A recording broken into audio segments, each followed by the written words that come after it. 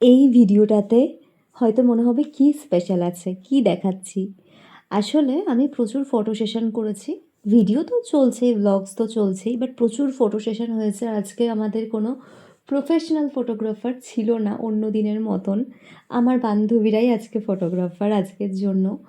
But back of the moment, back of the blog, BTS actually কী করেছি আমরা photo তোলার সময়তে সেগুলোই তোমাদের সাথে শেয়ার করছি। প্রত্যেকটা কিউট মোমেন্টস, প্রত্যেকটা মজাদার মোমেন্টস, এমন কিছু মোমেন্টস যেগুলো আমরা নিজেরাই হাসছি, ইয়ার্কি মারছি, মানে টু মাচ লেভেলের বাওয়াল হয়েছে, মজা হয়েছে, ইয়ার্কি হয়েছে। It was all about fun.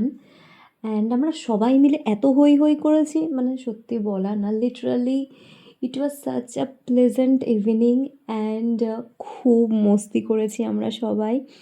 Unexpectedly এত মাস পরে আবার সবাই একসাথে, মানে সবার সাথে আমার দেখা হয়, বাট সবাই একসাথে হয় না, কারণ প্রত্যেকেই আমার সোর্সে পরিচিত প্রত্যেকের সাথে। তো আমার জন্য একসাথে হওয়া এরকম গেট টুগেদার হয়নি, তোমরা জানো সেটার কারণ। বাট যাই হোক, আজকে finally I am so happy. আর আমি পোজ দিচ্ছিলাম, আর মিনি আর সানা ভাবছিলো মাম্মাসি, মাম্মানি, মিমি এগুলো কী করছে, মানে ওদের কী অবস্থা ভাবো। এই বয়সেও আমি কেক নিয়ে ছবি তুলে যাচ্ছি, শেষই হচ্ছে না ভাই কেক নিয়ে ছবি তোলা।